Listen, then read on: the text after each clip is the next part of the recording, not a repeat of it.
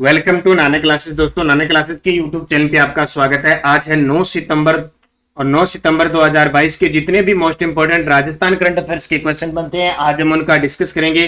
पूरा वीडियो ध्यान से देखना और लास्ट में मैं आपसे क्वेश्चन पूछूंगा जिनके जवाब आपको कमेंट बॉक्स में देने हैं। तो टुडे मोस्ट इंपोर्टेंट क्वेश्चनों की चर्चा करने जा रहे हैं। सभी विद्यार्थियों को गुड मॉर्निंग। स्टार्ट करें आज की क्लास। उससे पहले कल के क्वेश्चनों को हम रिवाइज करते हैं।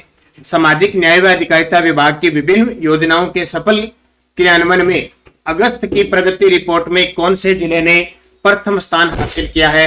तो वो है जालोर। राजस्थान के किन शिक्षकों का सीबीएसई के सर्वोच्च सम्मान के लिए चयन हुआ है? डॉक्टर संध्या व्यास और Hema Joshi. Rajasthan export promotion council के पहले चेयरमैन नियुक्त किए गए हैं राजीव अरोड़ा, जो राजसिको के सीएमडी हैं। और कल मैंने यहाँ राजसिको की स्थापना आपको 1957 बता दी थी, जो मेरी गलती मानता हूं मैं। 1961 में इसकी स्थापना हुई थी। राजस्थान के समस्त राज्यों के विद्यालयों में स्वच्छता पखवाड़ा कब से कब तक मनाया जा रहा है? 1 सितंबर से 15 सितंबर तक। और भारत का पहला अटल सामुदायिक नवाचार केंद्र किस शहर में शुरू किया गया? जयपुर में। बहुत सारे विद्यार्थी बार बार कमेंट कर रहे हैं, जो कि मैंने टेलीग्राम और वीडियो में बता दिया। 6 तारीख और 7 तारीख को राजस्थान करंट अफेयर्स की क्लास नहीं आई थी, उसकी भरपाई अब आज वाली और कल की क्लास में कर दी जाएगी। आप निश्चित रहिए, आपको राजस्थान करंट अफेयर्स ये विश्वस्त नाना क्लासेस चैनल पे रहना है कि आपको करंट जो पेपर में एग्जाम में करंट आएगा राजस्थान का, वो यहां से बाहर नहीं जाएगा। चाहे आपको 2 दिन क्लास 1 दिन न मिले, उससे आपको कोई मतलब नहीं। तो ये ध्यान रखिए। सारे विद्यार्थी वीडियो को एक बार शेयर जरूर करें, लाइक जरूर करें। पहला प्रश्न देखिए, गुवाहाटी में राष्ट्रीय सीनियर तैराकी प्रतियोगिता में युग चेलानी ने कांस्य पदक जीता है। इनका संबंध किस जिले से है?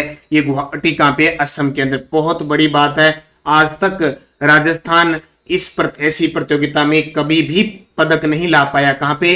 राष्ट्रीय सीनियर तैराकी प्रतियोगिता में कभी पदक नहीं ला पाया, लेकिन ये काम किया है युग चेलानी ने कांस्य पदक जीतकर। कहां पे? गुवाहाटी में राष्ट्रीय सीनियर तैराकी प्रतियोगिता में कांस्य पदक जीता है। इनका संबंध है उदयपुर से। तस्वीर में देख सकते हो युग चेलानी तैराक है और यहां तस्वीर जिन्होंने कांस्य पदक जीता। तो गुवाहाटी में राष्ट्रीय सीनियर तैराकी प्रतियोगिता में उदयपुर के युग चेलानी ने कांस्य पदक जीतकर राजस्थान के लिए पहला पदक हासिल किया। ये बड़ी बात है।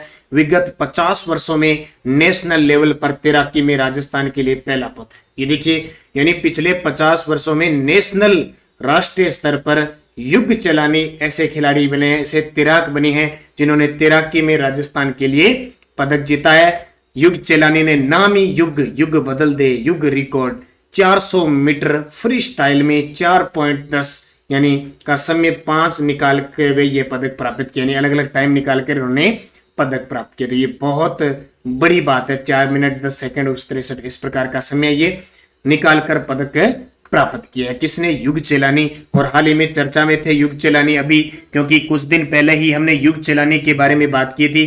जो 48वीं जूनियर तैराकी प्रतियोगिता हुई थी उड़ीसा के भुवनेश्वर में, उसमें भी इन्होंने रिकॉर्ड 4 पदक जीते थे। आज तक 4 पदक किसी भी खिलाड़ी ने तैराकी प्रतियोगिता में नहीं जीते थे। जूनियर तैराकी प्रतियोगिता में ये किसने काम किया था? युग चेलानी ने। तो प्रसिद्ध हो रहे हैं वर्तमान में युग चेलानी। इनका खेल पेपर में पूछा जा सकता है, तैराक है ये। दूसरा प्रश्न देखिए, राजस्थान सीनियर महिला फुटबॉल चैंपियनशिप का खिताब किसने जीता? राजस्थान सीनियर महिला फुटबॉल चैंपियनशिप हुई, उसका खिताब जीता जयपुर ने। किसने? जयपुर ने कोटा को हराकर जीता। तो राजस्थान सीनियर महिला फुटबॉल चैंपियनशिप, जयपुर ने राजस्थान सीनियर महिला फुटबॉल चैंपियनशिप जीत ली। नागौर टीम तीसरे स्थान पर रही। किसको हराकर? जयपुर किसको हराकर जीत है? कोटा को हराया। तीसरे स्थान पर नागौर रहा। और प्ले अवार्ड बीकानेर टीम को दिया गया। राजस्थान फुटबॉल संघ के अध्यक्ष हैं मानवेंद्र सिंह जासुई। तो ये आपके लिए इंपॉर्टेंट। अब जयपुर ने जीता है तो कुछ बातें जयपुर की खेल से संबंधित आपको याद रखनी है। नंबर 1, जो अभी ग्रामीण ओलंपिक खेल रहे हैं, क्योंकि ग्राम स्तर पे, ब्लॉक स्तर पे, जिला स्तर पे और लास्ट में राज्य स्तर पे होंगे, वो जयपुर में होंगे।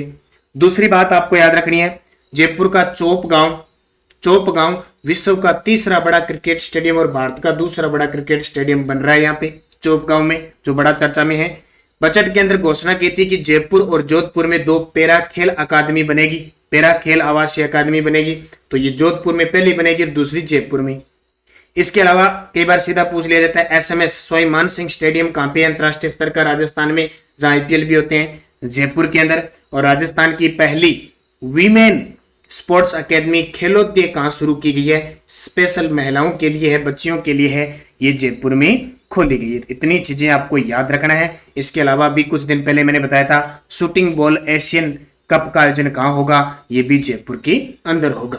तो ये सारी बातें आपके लिए इंपॉर्टेंट है। हालांकि समय बहुत कम होता है, ऐसी चीजें अगर मैं बताता हूं तो काफी लंबा वीडियो होता है। मेरा टारगेट रहता है 15 से 20 मिनट के बीच वीडियो को रखना, लेकिन हर एक चीज करंट से रिलेटिव आपको बातें मिल रही है।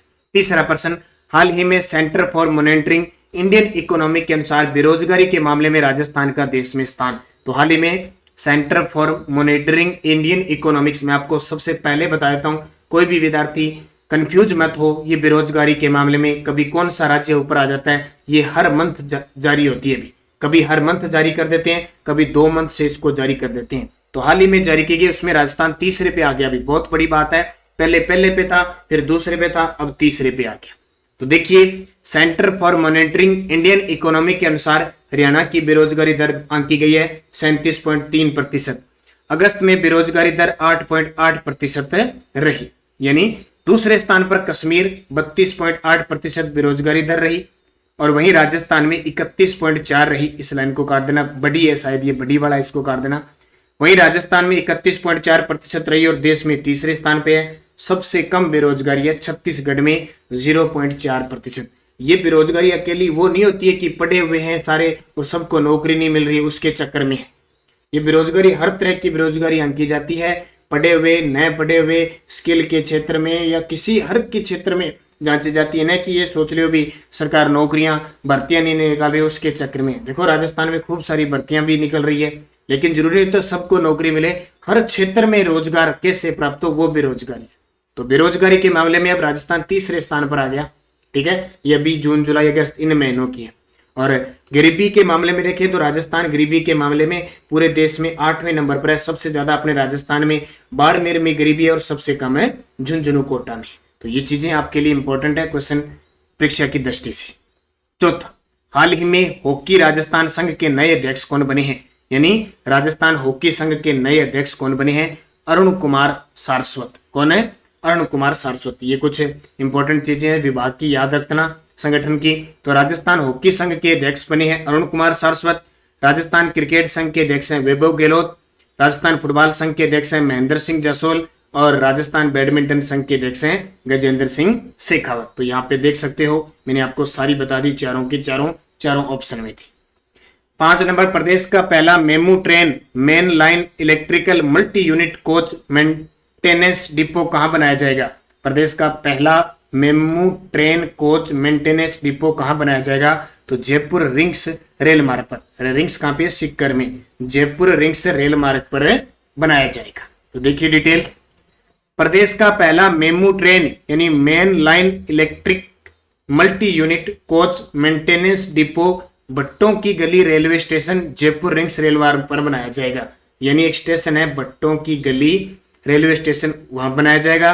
इन ट्रेनों के रखरखाव के लिए रेलवे बोर्ड द्वारा जयपुर रिंग्स रेल मार्ग स्थित भट्टों की गली रेलवे स्टेशन पर green field integrated rolling stock depot बनाया जाएगा। प्रदेश में 2 वर्ष के अंदर सभी ट्रेनें मेमू ट्रेन का रूप ले लेगी। इसकी शुरुआत सबसे पहले जयपुर से, यानी इलेक्ट्रिक तरीके से ये जो मल्टी यूनिट है ये स्टार्ट हो जाएगी। तो इसका जो मेंटेनेंस वो कहाँ बनाया जाएगा, भट्टों की गली railway station Jaipur Ringas rail मार्ग। तो ये आपके लिए इंपॉर्टेंट है। अब बात रेल की आई है, ट्रेन की आई है, रेल की आई है। तो राजस्थान में अब पिछले काफी समय से रेलों के बारे में कुछ बातें देखी। प्रदेश के नावा नागौर में हाई स्पीड ट्रेनों के लिए डेडिकेटेड ट्रैक टेस्ट बनाए जा रहे हैं, ये हमने पढ़ा। बाड़मेर में उत्तर पश्चिमी रेलवे जोन का पहला रेल कोच रेस्टोरेंट खुलेगा, ये हमने कुछ दिन पहले पढ़ा।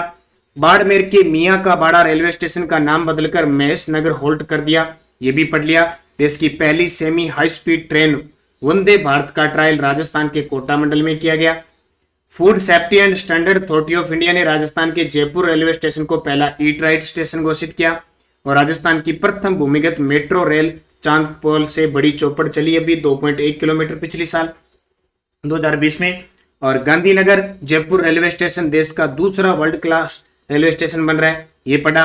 उत्तर पश्चिमी रेलवे द्वारा महिला यात्रियों को सुरक्षित गंतव्य तक पहुंचाने के लिए मेरी सहेली स्मार्ट सहेली अभियान चलाया जा रहा है।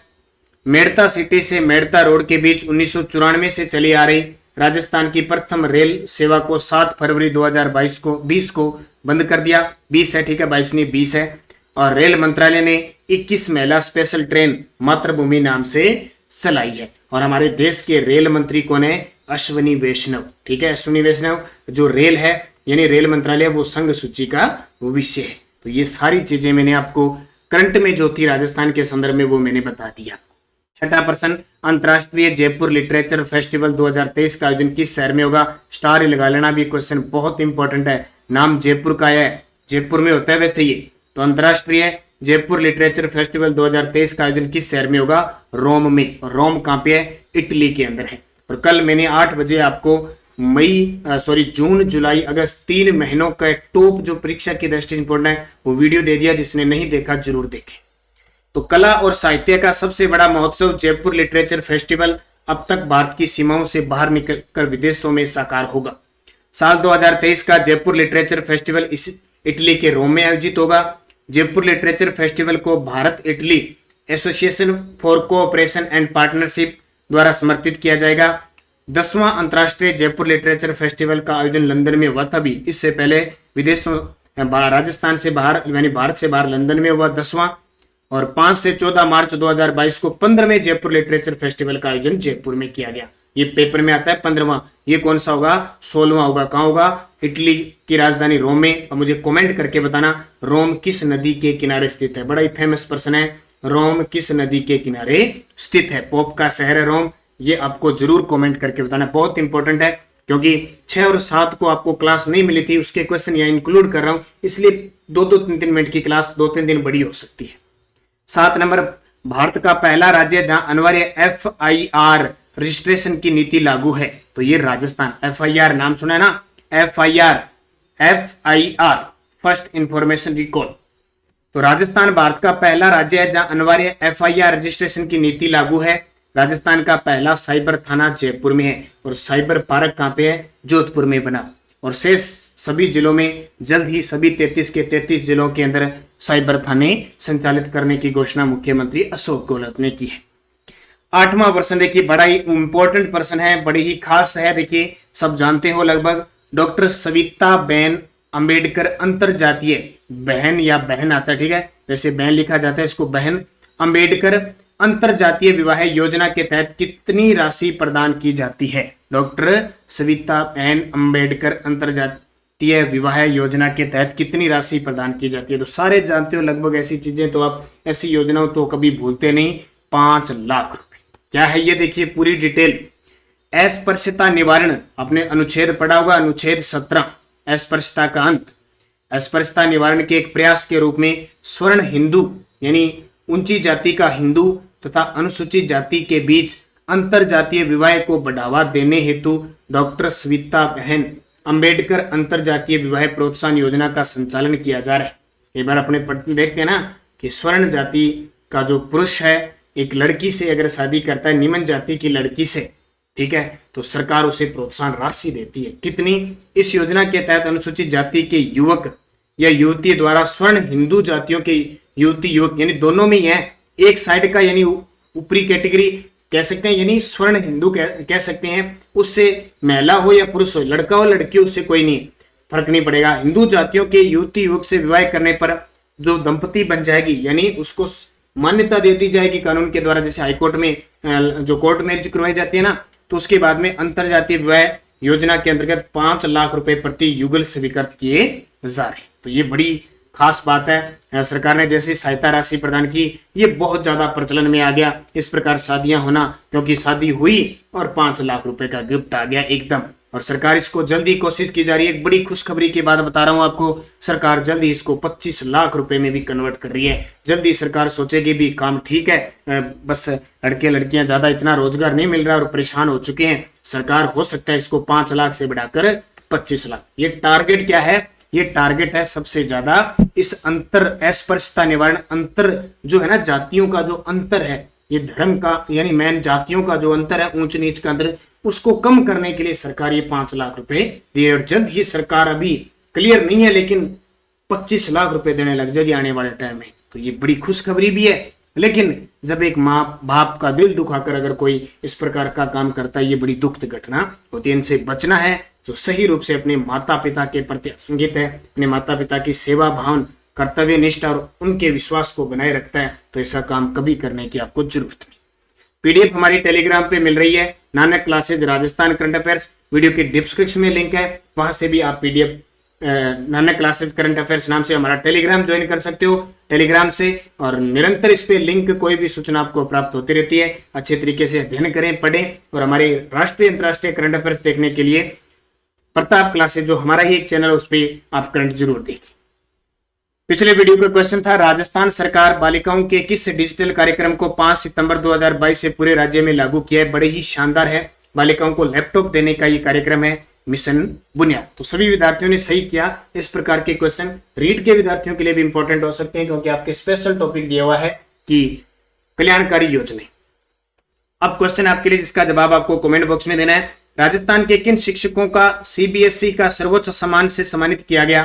डॉक्टर संध्या व्यास, हिमा जोशी, अचला वर्मा, सुनीता गुलाटी, गीता देवी, सुनीता गुप्ता, दुर्गाराम, जय सिंह धनखड़। ये इसमें जितने भी नाम दिए हुए ना, ये सारे शिक्षक हैं और किसी न किसी रूप से ये संबंधित है। आप अगर सारे लगातार मेरे को फॉलो कर रहे हो, लगातार मुझे देख रहे हो, तो आपकी भी तैयारी हो जाएगी। आप कमेंट कर में जरूर बताना इन सब का। बड़े शानदार क्वेश्चन है। यस्टरडे डोज, पाकिस्तान का घोटकी जिला किस जिले की सीमा बनाता है? ये प्रश्न बड़ा मैंने सोच समझ के दिया। ऐसे प्रश्न आपको एग्जाम में मिलने लगे आजकल, क्योंकि कंपटीशन इतना ज्यादा हो गया कि एग्जामिनर इन प्रश्नों को कंपटीशन दूर करने के लिए ऐसे प्रश्न देता है। तो घोटकी है वो जैसलमेर से लगता है, ठीक है, जैसलमेर से घोटकी लगता है। इसके अलावा एक पाकिस्तान का जिला सुकूर, वो भी जैसलमेर से लगता है। एक है खेरपुर, वो भी जैसलमेर से लगता है। एक संगर, ठीक है, ये जैसलमेर और बाड़मेर से लगता है। तो और एक रहीमयार खान, ये सारे जैसलमेर से लगते हैं। जैसे बावल नगर है। अब मैं जहां पे ज्यादा जीके की बात नहीं करूंगा, क्योंकि फिर अपना वीडियो ऑलरेडी आगे बड़ा हो जाएगा, यहाँ और हो जाएगा। अरावली को किस जिले में आबू गुलाब के नाम से जाना जाता है? सिरोही। पश्चिमी बनास नदी किस जिले से निकलती है? नया सनवारा, सिरोही से। और राजस्थान की मरुगंगा इंदिरा गांधी को। और अकबर का जन्म कब हुआ? 1542। देखो, एक मुगल से प्रश्न दे रहा हूं मैं रोज का, क्योंकि रीट लेवल फर्स्ट में मुगल साम्राज्य का टॉपिक है, तो यहां से क्लियर कर दूंगा एकदम। मुगल अकबर का जन्म 15 अक्टूबर 1542 को हमीदा बानो बेगम की कोख से हुआ था, जो किसकी पत्नी थी? हुमायूं की होगी, क्योंकि इसका पिता कौन था? हुमायूं था। और एक ये प्रश्न आता है, अमरकोट के राजा वीर साल के महल में हुआ था, बचपन का नाम इसका जलाल था। ये गद्दी पर बैठा 1556 में इसका राज्याभिषेक हुआ था पंजाब के कालानौर में, ये भी ध्यान रखना। और इसकी मृत्यु 1605 में हुई थी। इसका मकबरा सिकंदराबाद में। ये बातें सारी इंपॉर्टेंट है आपके लिए, और हिंदी साहित्य का स्वर्ण काल कहते हैं इसके काल को। अब नेक्स्ट रोज आपको बताना है, अजमेर की जीवन रेखा किस बांध को कहते हैं? राजसिकों की स्थापना कब हुई? इस क्वेश्चन को मैंने कल गलती से बता दिया था, अब मैं भी सुधार कर रहा हूं और आप भी इसको बताना। रत्नागिरी कन्या उपवन किस जिले में है? रत्नागिरी कन्या उपवन किस जिले में है? और साथ में बता देना पर्वत कहां पे है, कौन सा मंदिर है? कलिंजरा बांसवाड़ा, कलिंजरा या कलिंजरा बांसवाड़ा किस नदी के किनारे? अब ये प्रश्न थोड़े से टफ है, लेकिन इनको किताबों में ढूंढोगे तो इसके साथ में 5-10 क्वेश्चन और तैयार होंगे। जहांगीर ने शालीमार बाग कहां बनवाया था? जहांगीर ने शालीमार बाग कहां बनवाया था? ये 5 क्वेश्चन आपके लिए इंपॉर्टेंट है। और वीडियो को लाइक शेयर कर देना। जिस विद्यार्थी ने हमारे नानक क्लासेज ऐप को डाउनलोड नहीं किया, जरूर करें प्ले स्टोर से। वीडियो के डिस्क्रिप्शन में रीट लेवल फर्स्ट के लिए तृतीय श्रेणी अध्यापक मुख्य परीक्षा की टेस्ट सीरीज साप्ताहिक चल रही है, आप जरूर ज्वाइन कीजिए। बड़े शानदार तरीके से है। कल कुछ विद्यार्थियों को कॉल करके मैंने स्पेशल उनसे फीडबैक भी लिया था, तो आप पहले टेस्ट की पूरी तैयारी करके सिलेबस के अकॉर्डिंग जो दे रखा है उसका टेस्ट दीजिए, क्योंकि सिलेक्शन पाना है तो आपको मेहनत करनी पड़ेगी और इन टेस्ट को अच्छे तरीके से देना पड़ेगा। कॉलेज लेक्चर स्कूल व्याख्याता के लिए भी आपके लिए करंट अफेयर्स के मॉडल पेपर है, वन रक्षक वनपाल के भी है। और हमारी बुक 10 सितंबर को, बार बार आप सारे विद्यार्थी कमेंट न करें, 10 सितंबर को हमारी बुक बाजार में उपलब्ध होनी शुरू हो जाएगी। अब बस 1-2 दिन की बात और है, निरंतर अध्ययन करें। इसका प्राइस ज्यादा से ज्यादा 70 से 80 रुपए होगा, इससे ज्यादा नहीं होगा। 100 से कम होगा, ध्यान रखना। पूरा डाटा इसमें कवर है, तो निरंतर अध्ययन करें, अच्छे तरीके से पढ़ें, सफलता आपको जरूर मिलेगी। धन्यवाद सभी विद्यार्थियों को। जय हिंद, जय भारत।